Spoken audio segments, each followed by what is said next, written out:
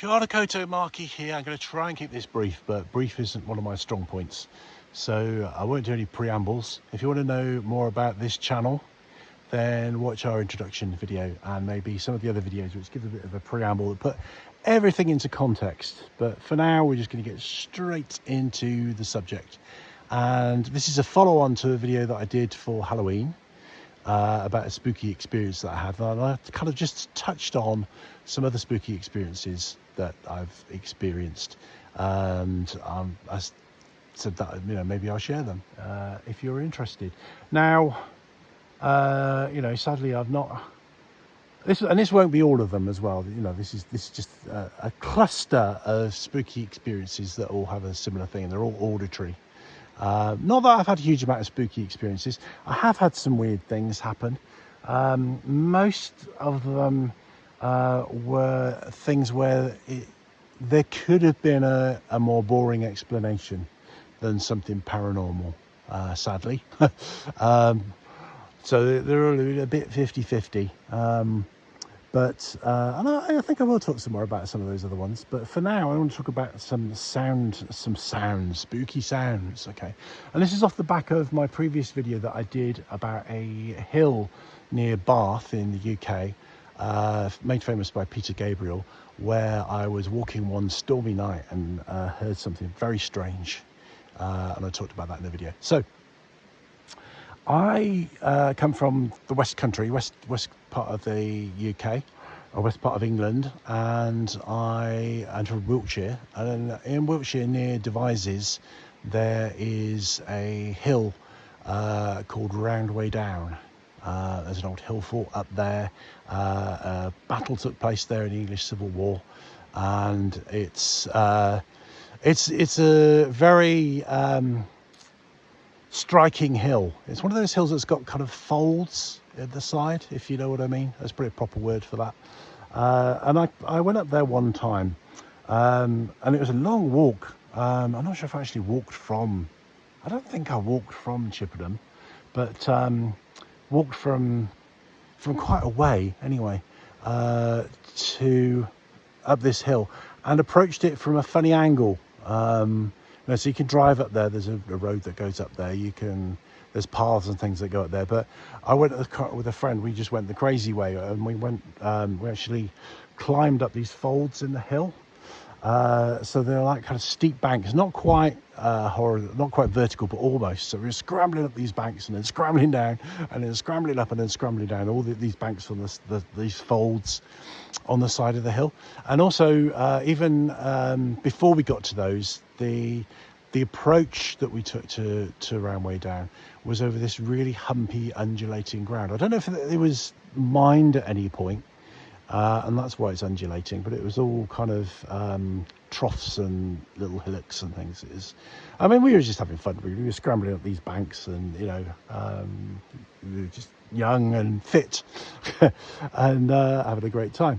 But we heard this noise, which was really camp. This is really, sounds completely over the top. And it was literally, and it went on for ages. And we looked around, and we were in a quite high place. There weren't many. There were dips, and like I say, these little troughs and dips.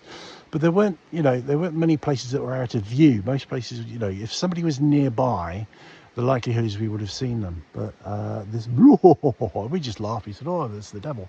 But what the hell was that? And then two other times, and I'll say I'm going to keep this one quite brief, and we'll talk some more about other spooky experiences.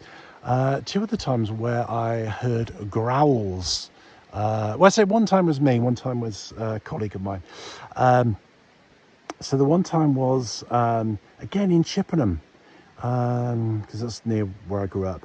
And I was walking, same friend actually, and we were walking down this, it was a private road to, I think, a scrapyard or some sort of refuse station. And it was quite interesting because quite a long kind of road, and there was just like junk everywhere, but quite a wide open area. of like wood and kind of, you know, grassland and stuff like that, where I think it had been used for something else, like a scrapyard, and then been cleared, but it hadn't been completely cleared, so it was all kind of full of junk. And then we got down to the end. At the end, I don't think we could go any further. I think there was a gate and, you know, private, and that was where the refuse station was or something like that. And just to one side of us, I can picture this, where we were standing and everything in my head, from the wood there was a growl. Now, for those of you who don't come from the UK, there aren't really many kind of wild animals that growl. I think a lot of things probably could growl if they wanted to. You might need to, you know, if you know a bit more about nature and wildlife than me, you might be able to correct me on this. So I think a badger could growl if it wanted to. I think a fox could probably growl if it wanted to. But not many things do growl. We don't have wolves. We don't have bears. We don't really have growly things. But there was a growl in the woods. Now, there could have been somebody in there. Could have been kids playing there that saw us and hid and decided to make this growl. It was just one growl, but that was very odd. And the same thing was experienced by a friend of mine, but this is in a very different context. So we, the two of us, ran a tour in Dartmoor Zoo called Nocturnal Nightmares. Maybe I'll do a video on this. We did it on whenever there was we would do it once a month, nearest to the full moon, but we do it on a Friday, so we called it Full Moon Fridays. So it wasn't always on a full moon, but it was close to the full moon. And we take people around the zoo at night, and you know, the wolves would howl, and it was all sort of spooky wooky.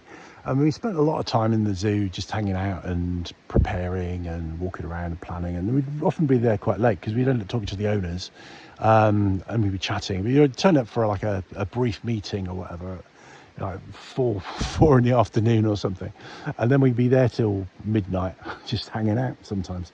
And as he was walking back, so the zoo, just to explain, it may be different now, but the entrance to the zoo, there's quite a long drive from where you park and you pay at the kiosk, and then there's quite a long walk till you get really into the full body of the zoo.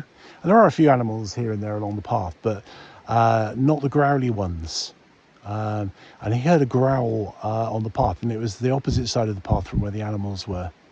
Now, the interesting context about this is, one of the things about this zoo is that the previous owners released or lost some puma cubs. And people talk about like the ABCs, they call it. I've done a video about this, alien big cats, so wild big cats that that roam the United Kingdom, and considered to be cryptids. And a lot of people say, oh, do they exist, don't they exist? And I did a whole video on this because we definitely know that they do, because there's a whole history of ones that have been trapped and caught and things like that. And there's a lot of evidence of wild pumas, probably the grown-up versions of these cubs that were released onto the moor, that inhabit the area. And actually, the puma that they've got in the zoo used to get visits from a wild puma, kind of like, well, hello, kind of an amorous. I think their puma was a female, and this one was a male, maybe. And they actually, the zoo actually even got a plaster cast of its paw print, as it's come off the moor into the zoo to sweet talk the captive puma through the mesh of the enclosure. So, did he hear a puma, or was it a growly badger or a growly fox, or was it an anomaly of sound? Was it something that was coming from a further distance away, one of the zoo animals, because there were growly animals in the zoo, quite a few of them. No big cats, I think, apart from the puma. They had a puma.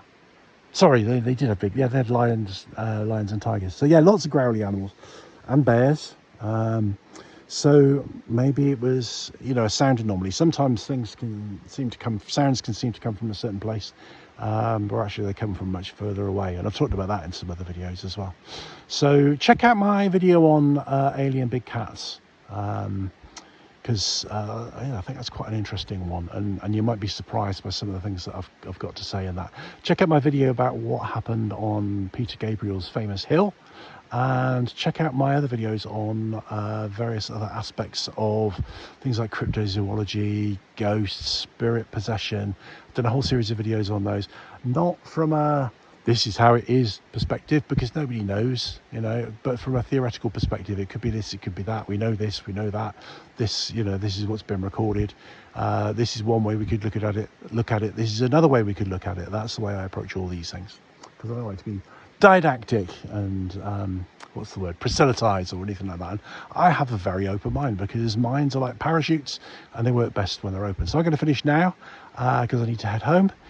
Thank you for listening, and hope you enjoyed the woods. If nothing else, there's loads of bloody mosquitoes out now, so I'm gonna get back in my car, and I'll see you in the next video. Rangimarie.